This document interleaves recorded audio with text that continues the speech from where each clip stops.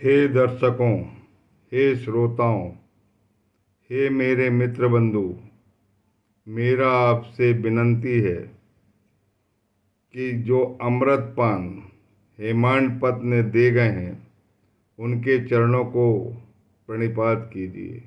मैं भी उनके चरणों को बार बार प्रणिपात करता हूँ। उनके हाथों को और उनकी लेखनी का चुंबन कीजिए जो इस अमृत को हमारे लिए दे गए हैं। ये अमृत ही नहीं है, अमृत का सार है। गुरु से प्रेम करना उन्होंने सिखा दिया है और इस भवसागर से पार लगने का एक अच्छा रास्ता बताया है। बोलिए सच्चिदानंद सदगुरु साईनाथ महाराज की जय। पहले अध्याय में हमने चक्की पीसने की कथा, दूसरे अध्याय में ग्रंथ लेखन, तीसरे अध्याय में बाबा का आशीर्वाद वचन, चौथे अध्याय में उनका प्रकटोत्सव, पांचवें अध्याय में उनका बारात में पुनः आगमन, छठवें अध्याय में रामनवमी, सातवें अध्याय में योगिक क्रिया, आठवें अध्याय में मानव कल्याण और नौवें अध्याय में नैवेद्य से संबंधित कथाएं हमने पढ़ी और हमने उनको जाना। अब हम 10वें अध्याय में प्रवेश कर रहे हैं जिसमें बाबा का रहन सहन, शयन पटिया, नानावली से उनका प्रेम और उनकी विनयशीलता। हेमांडपत कहते हैं कि अपने निर्धारित कर्तव्य और दायित्व का पालन करते हुए सदैव गुरुचरणों का चिंतन करना चाहिए। गुरुचरणों से प्रेम बढ़ाना चाहिए क्योंकि वो कलयुग के प्राणाधार है। भगवान ने ही अपने प्रतिनिधि के रूप में यह अवतार, संत का अवतार उन्हीं का है। भगवान कृष्ण ने गीता में कहा था कि मेरा अगला अवतार संत के रूप में ही रहेंगे। वे मेरा प्रतिनिधित्व करेंगे, मेरी सहायता करेंगे, मेरी मदद करेंगे, वे मेरी प्राण और आत्मा के समान कार्य करेंगे। उनके प्राण, उनके उनके जो प्राण हैं वो सदगुरु है और आत्मा जो है और आत्मा उनके शिष्य। प्राण और आत्मा एक दूसरे के पूरक हैं। ऐसे सदगुरु मेरा प्रतिनिधि करेंगे। तो हेमांडपत अपनी लेखनी में लिखते हैं कि किसी साधना की आवश्यकता नहीं है, किसी तप की आवश्यकता नहीं है, घोर हठधर्मिता की आवश्यकता नहीं है, भूखे रहने की आवश्यकता नहीं है, केवल गुरु चरणों से प्रेम। जो जितना प्रेम करेगा, जो जितना समर्पण रहेगा, जो जितना अर्पित करेगा, जितने भाव अर्पित करेगा उतना ही फल पाएगा। जिस प्रकार जब आप नल में पानी पीने जाते हैं तो पानी की टंकी से नल खोलने पर तुरंत हो जाता है, ऐसे ही हृदय की समस्त प्रेम ग्रंथियां खोल लो और आँखों से प्रेम आंसू की धारा बहाओ और अपने सदगुरु के चरणों का अभिषेक करो। सिसकियाँ भरो, हिचकोले भरो और हृदय कंपित भाव भाव रोम रोम में भाव भर लो अपने सदगुरु का। इस प्रकार आपके सदगुरु का प्रेम रहेगा तो वो आपका जीवन स्वयं संचालित करेंगे।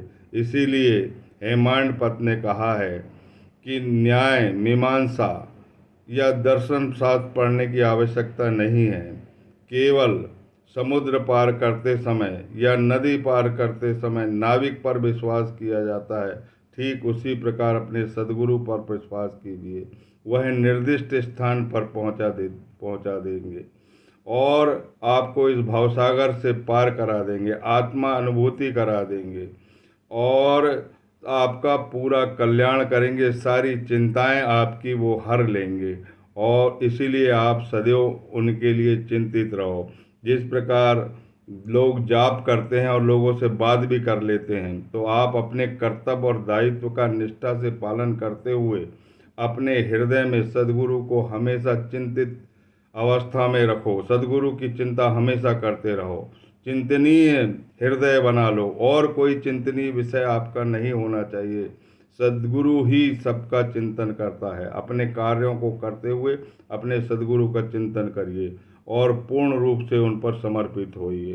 बोलिए सच्चिदानंद सदगुरु साईनाथ महाराज की जय। इसके बाद हम बाबा का शयन बता रहे थे। बाबा को सभी योगिक क्रियाएं ज्ञात थी। खंड खंड में शरीर बांट लेते थे और जोड़ लेते थे और अपनी हाथ को बाहर निकाल के उसको साफ सुथरा करते थे बाहर से। तो मैंने उनका रहस्य भी बता दिया कि जी वो अपने भक्तों के दुख को अंतरित करते थे, और उस दुख की धुलाई वो अपने लेडी बाग में जाकर करते थे। मेरा आपसे मतलब है कि प्रेम करना सीखो बस। और नाना साहब डेंगले से जो रहाता के थे, वो बाबा उनसे बहुत प्रेम करते थे और वो भी बाबा से बहुत प्रेम करते थे, और बाबा ने उनसे कहा था कि मेरे लिए एक शयन के लिए एक पटिया ला दो। वो बड़े आश्चर्यचकित हो गए कि बढ़िया गादी बिछा देंगे, पलंग बिछा देंगे, लेकिन शयन की पटिया यानी उनके लिए समझ से परे थे। लेकिन आज्ञा हो गई कि शयन के लिए पटिया लाओ, तो उन्हें एक बीता चौड़ी पटिया और 4 हाथ लंबी पटिया लेके आए। तो वो उस पटिया पे कहते हैं कि वो चिंदी से बांधकर बल्लियों से ऊपर लटका देते थे झूले की तरह, और उस पर शयन करते थे। देवताओं को भी ऐसे दर्शन दुर्लभ थे। लोगों की भीड़ लगने लगी और लोगों की नज़र लगने लगी, तो बाबा ने उस पटिया को भी तोड़ दिया और झूला को फेंक दिया। इसका मतलब ये है कि जो चिंदियाँ हैं, जो कुछ मुझे बाबा से प्राप्त हुआ है, साईं चरित में तो इसका रहस्य नहीं लिखा है, लेकिन बाबा ने कहा है कि जो मेरी कथाओं की गहराइयों में जाएगा उसे ज्ञान रूपी अमूल्य रत्न प्राप्त होंगे। जो रत्न मुझे प्राप्त हो रहे हैं उनकी दया से और आपके आशीर्वाद से, जो आप तक पहुंचने वाले और पहुंच के रहेंगे, जो बाबा के भक्त बनने वाले वो बन के रहेंगे। तो ये जो चिंदियाँ थी, ये चिंदियाँ जो है सारे जो भक्त होते हैं, तो बाबा को एक ही चीज़ की चिंता रहती थी। वो कई बार बोलते थे कि किसी से ईर्ष्या मत करो, भेदभाव की दीवार मत खड़ो, दीवार मत खड़ी करो जो एक दूसरे को पृथक रखे, किसी की बुराई मत करो। ये बुराई रूपी चिंदियाँ हैं जो पूरी बांध के वो उस पर शयन करते थे, और उस चिंदियों उन बुराइयों से उन भक्तों को दूर करते थे। और जब देख लिए कि ये किसी की नज़र लग जाए तो उसको तोड़कर फेंक दिया। इसका मतलब ये है कि भक्त के अंदर जितनी भी ईर्ष्या है, जितना भी भेदभाव है, उसको तोड़ मरोड़ कर उन्हें एक तरफ फेंक दिया। बोलिए सच्चिदानंद सदगुरु साईनाथ महाराज की जय। इसीलिए हेमांड पद कहते हैं, श्री साई ते सदा स्मरणम, श्री साई ते सदा जप, श्री साई ते सदा ध्यानम, सदा साई ते कीर्तनम।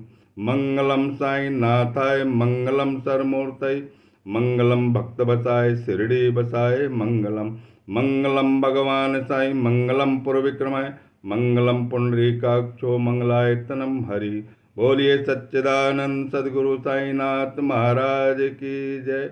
अपना चिंतनी विषय सदगुरु के चरण को बनाइए, वो तुम्हारा कल्याण कर देंगे। आने वाली कथा में हम नानावली से कैसा प्रेम था वो आपको बताएंगे। बोलिए सच्चिदानंद सदगुरु साईनाथ महाराज की जय।